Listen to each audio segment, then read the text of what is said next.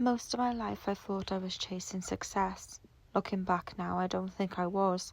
I think I was chasing the feeling of finally being enough. Because somewhere along the way, I started believing that if I could just become successful enough, maybe people would see me differently. Maybe they'd stop seeing me as the difficult one, the rebellious one, the addict, the one with mental health problems, the one who seemed to bring chaos wherever she went, the one who broke the family. And the hardest part is for a long time I believed that story too. I thought if I worked hard enough, got the qualifications, a career, created the right life, maybe one day people would finally be proud of me. Maybe I'd finally be proud of myself. If you're new here, I'm Danielle. I share my journey through slow van travel, motherhood, nature, and the ordinary moments that quietly change the way I see life. Because I've realized some of the biggest transformations don't happen all at once. They happen when you finally become honest with yourself. And this story has taken me almost my entire life to understand. Growing up, success seemed to be obvious. It looked like good grades, going to university, a good career, lots of money, having the perfect relationship, a beautiful house, nice cars, designer clothes, being able to give my future children everything they ever wanted. And somewhere in my mind, there was always this picture of one day owning a villa in Spain. Not because anyone told me to dream that dream, but because that's what I thought success looked like. The strange thing is, when I really look back, most of those things never really truly resonated with me. Some of them did. I always dreamed of love. I always dreamed of becoming a mum. I always dreamed of freedom. But so much of the rest wasn't my dream at all.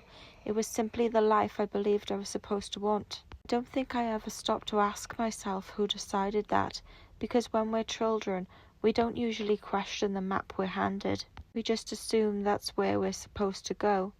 And for years, that's exactly what I did. When I was younger, I genuinely thought that if I followed the plan, everything would work out.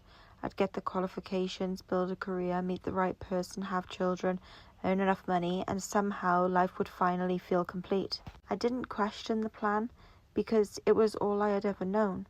In fact, I thought if I wanted something different, there must be something wrong with me. Even as a teenager, there was a voice inside of me. A voice that dreamed about traveling, living somewhere warm, spending my days outside, living simply, owning less, feeling free. I remember dreaming about having a jet ski business in Spain, not because I cared about luxury, but because in my mind, Spain represented sunshine, freedom, peace, movement, joy. But every time I shared dreams like that, they were brushed aside. They were seen as unrealistic, something you achieve once you've retired, maybe something you earn if you work hard enough. So slowly I stopped trusting my own voice. I started trusting everyone else's instead. I convinced myself that what I wanted wasn't enough, that my dreams weren't sensible enough, that I needed to become more realistic, more responsible, more normal, because deep down I didn't just want success, I wanted acceptance. I wanted my family to look at me and think, she's finally okay, she's finally done it and we're proud of her. And when life began falling apart, those feelings only grew stronger. After my mental health suffered, after addiction and homeless, after everything I had been through, I honestly believed I'd thrown away any chance of becoming the person everybody hoped I'd be. When I finally started rebuilding my life, I threw everything into proving myself. Uni, work, the house, I genuinely believed this is it. Once I achieve these things, everything inside me will finally settle. But it never did, because every time I reached one milestone, another one appeared. I'd think once I finished university, I'd finally be enough. But even while I was saying those words, something inside me already knew I wouldn't. And looking back now, I don't think I was chasing success. I was chasing permission to believe I was worthy. There were lots of moments that slowly changed the way I saw success. One conversation with my dad stayed with me for years. He said, "Success is happiness." At the time, I don't think either of us really knew how to live those words, but something inside me recognized the truth immediately. It was like my soul hit something my mind wasn't quite ready to understand. Then I became a mum, and something shifted again. Not all at once, but quietly. She said, "Don't you want to show Lucas the importance of working hard, getting a good career and earning enough to have nice things in life?" And afterwards, I couldn't stop thinking about it.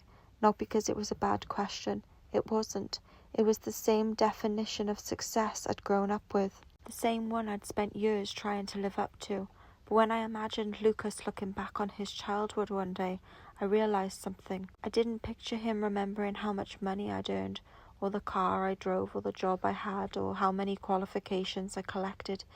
I pictured him remembering that I was there, that we had time, that we explored forests together, that we watched the sunsets and laughed until our stomachs hurt, that we noticed the birds, that we rolled around in freshly cut grass, that we built a childhood filled with presence instead of constant pressure. And for the first time, I realized that I didn't want to teach my son that his worth would one day depend on how productive he became, or how much money he earned, or how impressive his career looked. Because if I was really honest, I'd spent most of my own life believing exactly that, and I knew what that felt like. It felt like constantly chasing the next achievement, thinking once I'd get there, I'd finally be enough. But there was always another mountain to climb, another finish line, another thing to prove. I didn't want that to become the voice inside his head too. I wanted something different for him. I wanted him to know that who he is will always matter more to me than what he achieves. And somewhere in the middle of all of those questions, I realized I wasn't just defining success for myself anymore. I was redefining what success would mean for the next generation.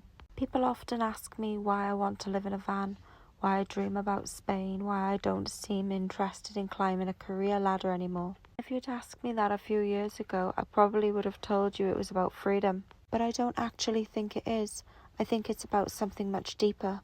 For years I'd tell people one day I wanted a villa in Spain, and I genuinely believed that's what I wanted. Until one day I realized something.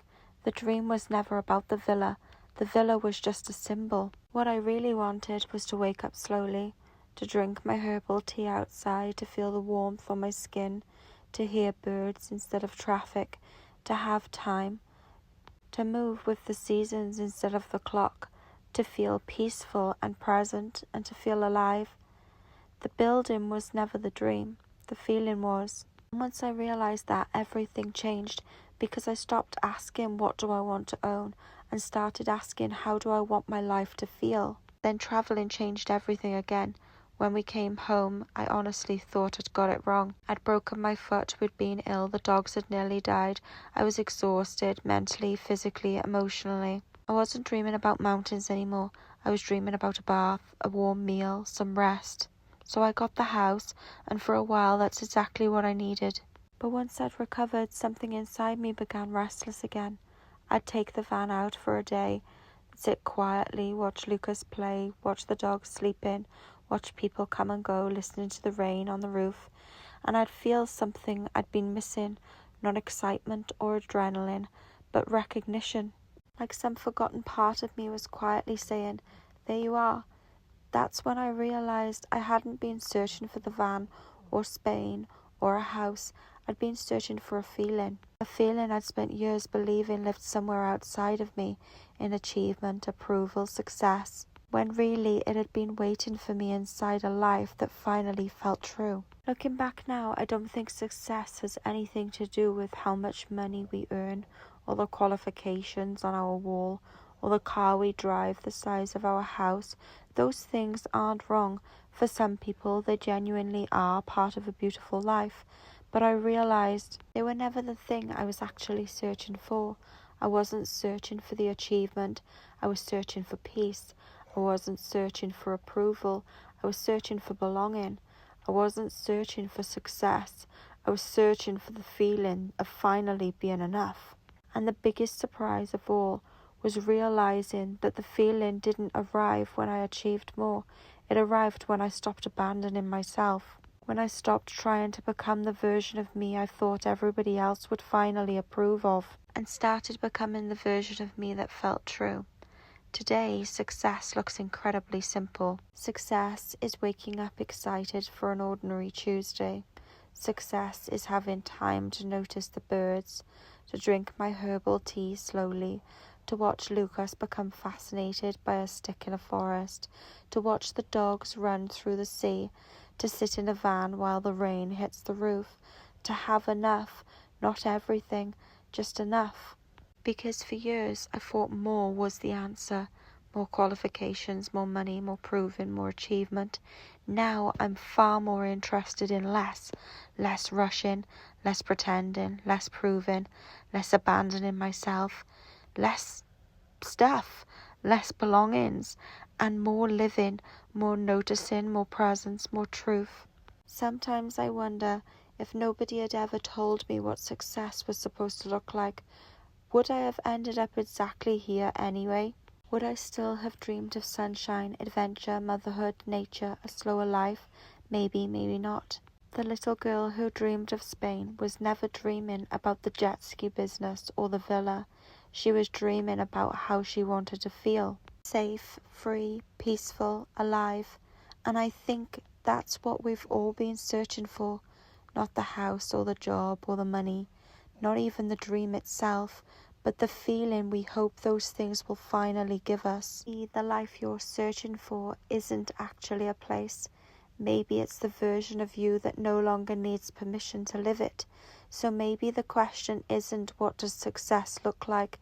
Maybe the question is, who told you what success was in the first place? Because if nobody had ever answered that question for you, what kind of life would you build? Thank you so much for sharing this moment with me.